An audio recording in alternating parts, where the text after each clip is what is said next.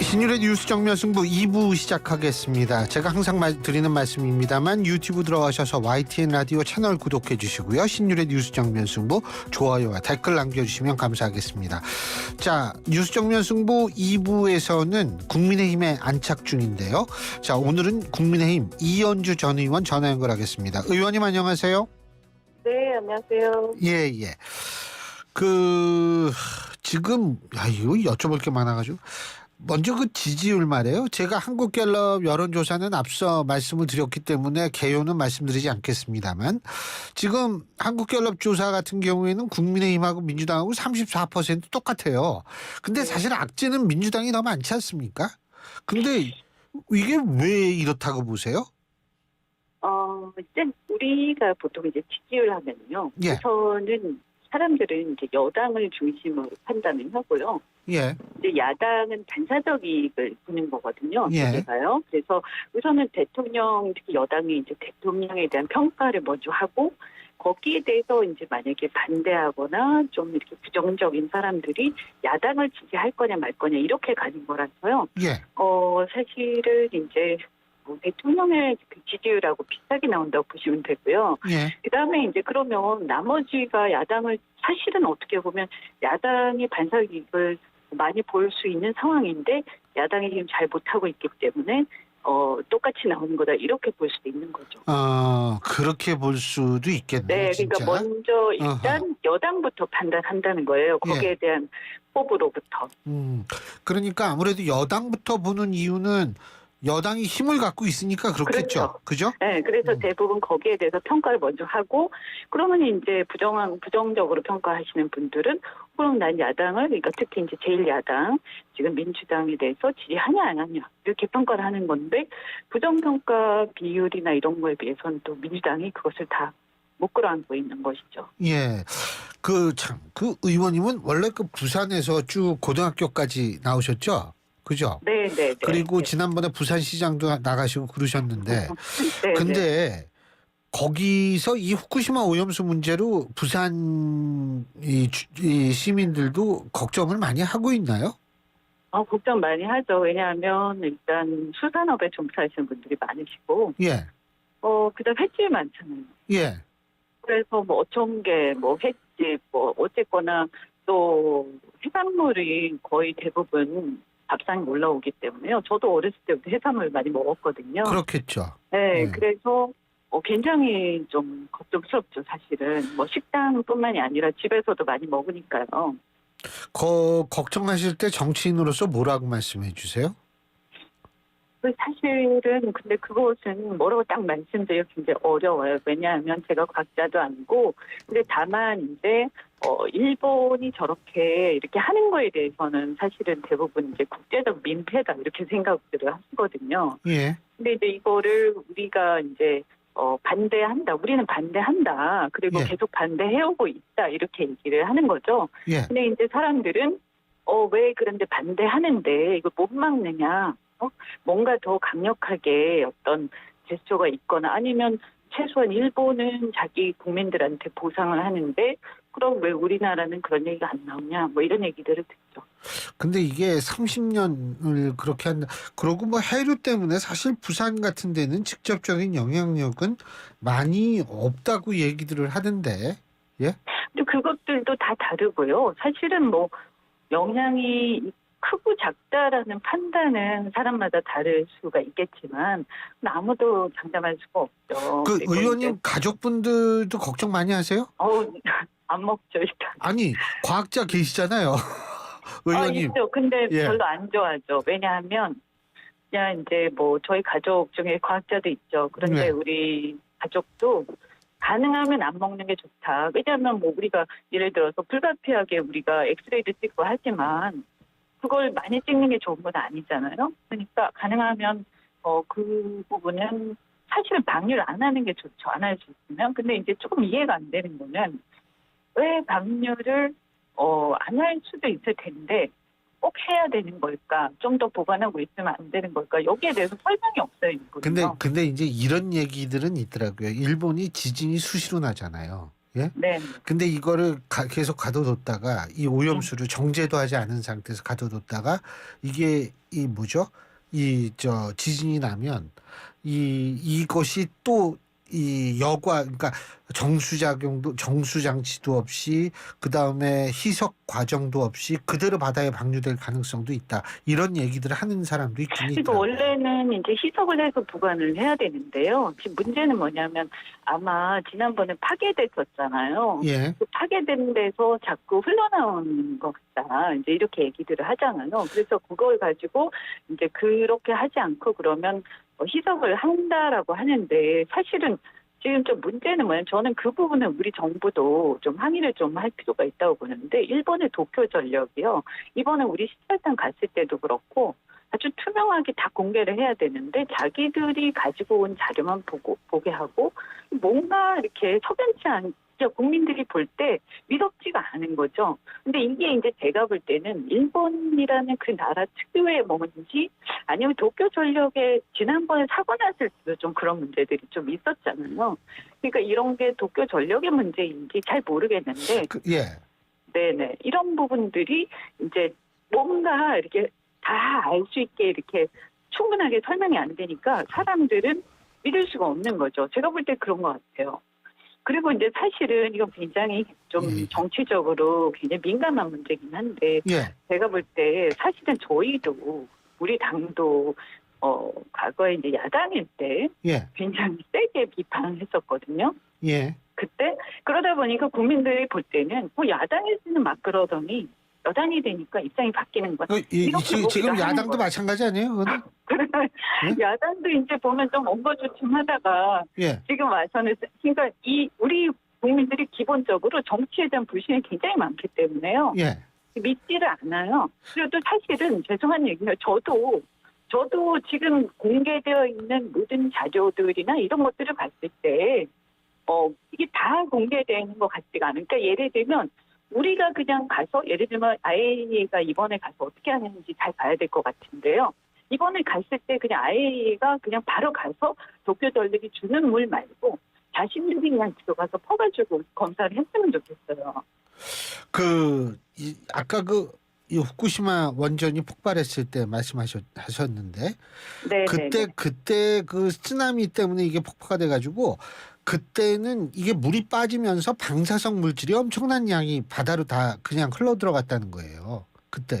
예? 그렇죠. 그래서 그죠? 그때 사실은 그 당시에 굉장히 심각했었고요. 그렇죠.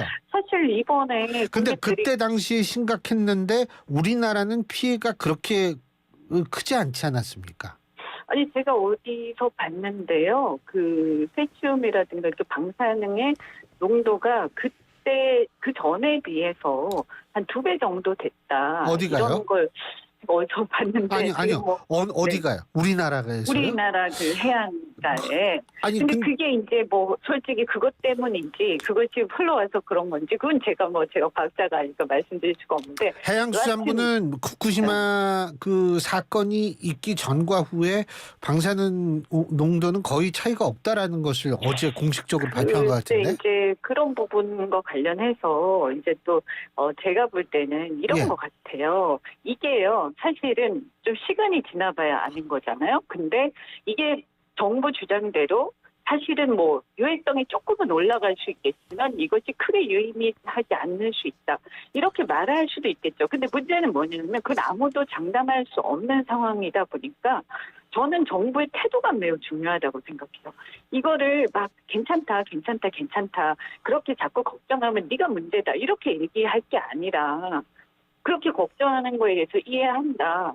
그렇게 생각할 수 있다. 그러니까 정부가 최선을 다해서 이것을 이 부분을 조사를 하고 일본에 대해서도 일본이 문제를 좀 부실하게 하고 있는 부분들 제대로 공개하지 않고 있는 것들 우리가 국민들이 의심하는 것들 정부가 제대로 체크해서 이것도 추궁하고 만약에 문제가 생기면 끝까지 우리가 보상 청구도 하고 국민들을 대변하겠다 이렇게 해주셔야 될 것 같아요. 그러면은 의원님께서는 그 후쿠시마 원전 막 그렇게 됐을 때도 해산물 안 잡으셨어요?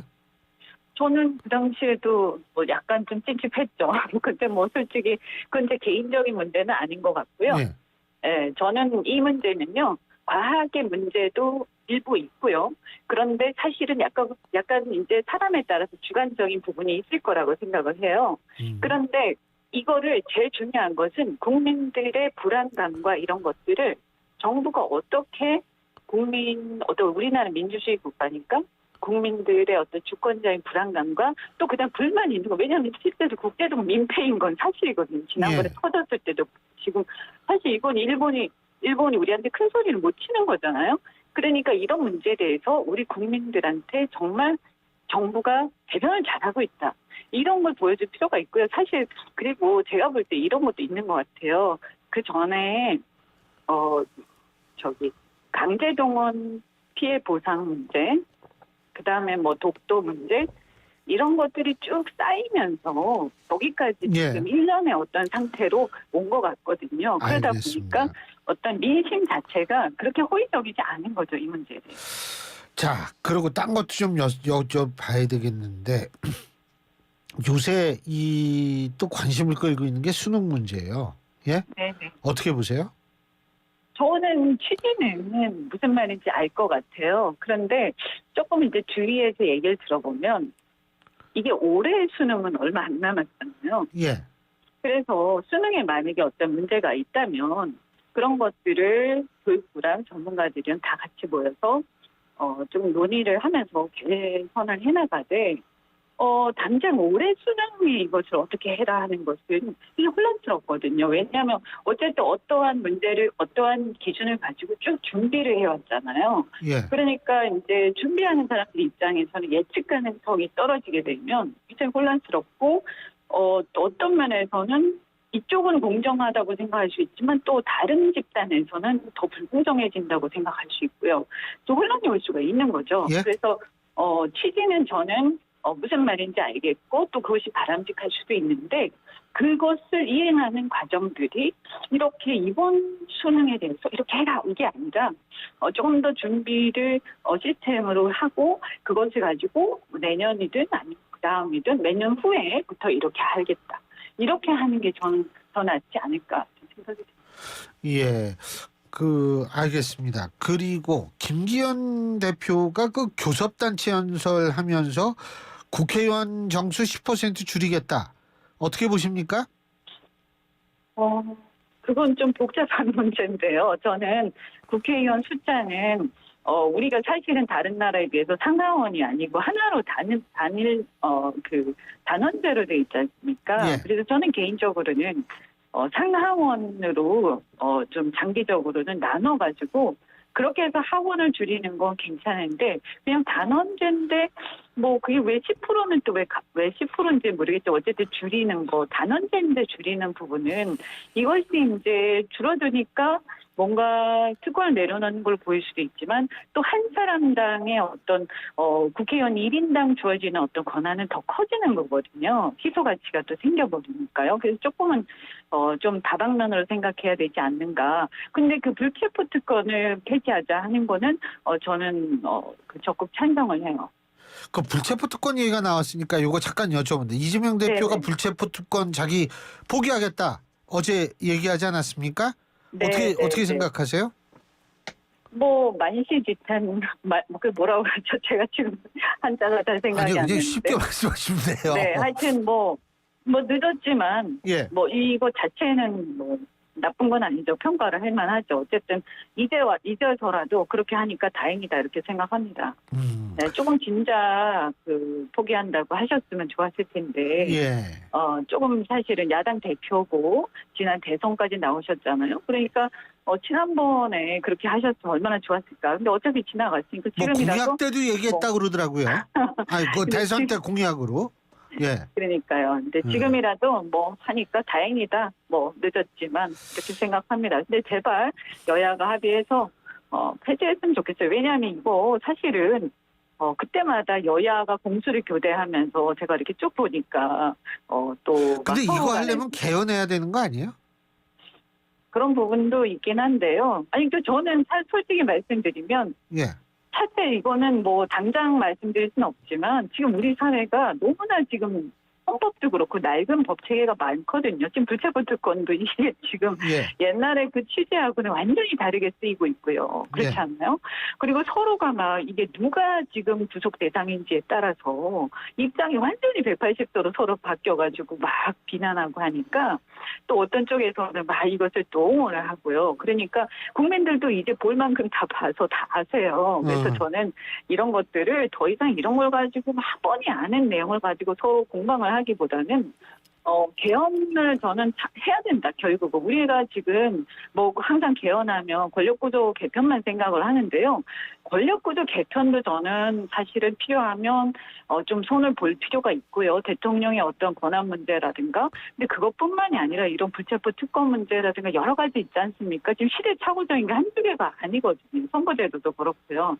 그래서 이런 거는 조금 더 크게 여야가 개혁을 좀 했으면 좋겠는데 이번 국회 이제 좀 많이 지나갔으니까 다음 국회에서 이제 과제가 되지 않을까라고 생각합니다. 개혁 문제는. 개헌 문제는 다음 22대 국회에서 좀 나올 것이다.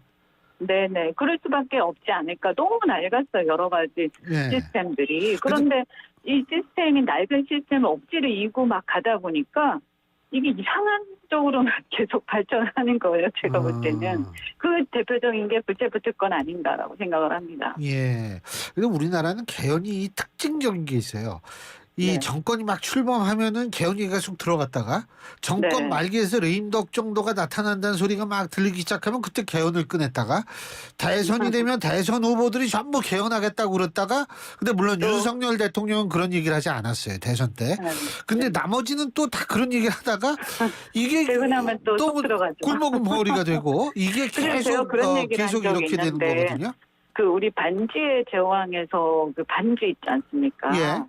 반지를 끼고 나면 이렇게 사람이 좀 이상해지잖아요. 예. 그러니까 이 반지 권력이라는 특히 대통령의 이 권력이라든가 이 큰 권력들은 반지의 제왕에서 있는 반지랑 비슷한 것 같아요. 그래서 그 반지의 힘을 이길 수 있는 절대 어떤 반지. 내공이 예. 없으면 절대 반지를 끼면 그 자체 망가지는 걸 결국에. 그래서 저는 이 권력의 어떤 무서움을 알고 예. 저는 누군가는 이 집권 초기부터 정말 자기 걸 다 내려놓을 생각을 하고 개헌 얘기 좀 했으면 좋겠다라는 게 제 바람이에요. 알겠습니다. 근데 보면 뭐 되고 나면 다들 이제 권력이 막 눈앞에 있으니까 또 생각이 다 달라지시더라고요. 근데 이제 국민들도 많이 보셨기 때문에 한두 번 봤어요, 저는 저희가. 그러니까 이제 진정성 문제를 굉장히 중요시 하실 것 같아요. 예, 한 가지만 더. 지금 이 승하이민 대사 발언으로 한중관이 되게 안 좋아졌는데 민주당 의원들이 두 차례에 걸쳐서 중국이 제공한 경비로 중국을 방문했습니다. 자, 이 부분은 어떻게 평가하십니까?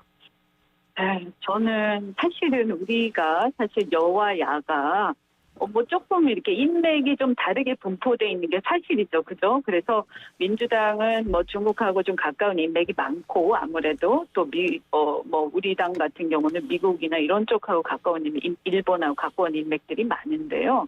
이런 것들이 여야가 잘 협심을 해가지고 서로가 부족한 부분들을 그때그때 이렇게 서로 활용하고 이러면 참 좋을 텐데 지금 그게 안 돼서 굉장히 안타깝고요. 네. 근데 다만 다 좋은데 그런데 이제 문제는 그런 거를 좀 합의해서 가면 좋겠어요. 근데 민주당이 이번에 간 거는 그냥 일반적으로 가신 거잖아요. 예. 근데 사실은요 그렇게 일반적으로 가면 크게 도움이 안 돼요. 물론 뭐 그래도 국가에 도움이 되는 국회의원들이 있으니까 국가에 도움이 되는 얘기를 가서 이렇게 하셨겠죠. 그렇게 믿고 싶고 또 그럴 거라고 생각하는데 그래도 지금 굉장히 민감한 시기잖아요. 예. 그래서 이거는 여야가 좀 이렇게 얘기도 하고 저는 대통령도 오히려 좀 이렇게 뭐 특사도 좀 보내신다든가 민주당 쪽에 누군가를 이렇게 좀 하면서 그게 돼서 가야지. 그래야 뭐가 역할도 하고 국민들도 박수치지 않겠습니까? 예. 근데 이렇게 그냥 일방적으로 간 것은 그게 큰 도움이 되겠느냐. 오히려 괜한 오해만 살 수 있지 않겠느냐. 좀 안타깝다 이렇게 생각합니다. 알겠습니다. 오늘 말씀 여기까지 듣겠습니다. 고맙습니다.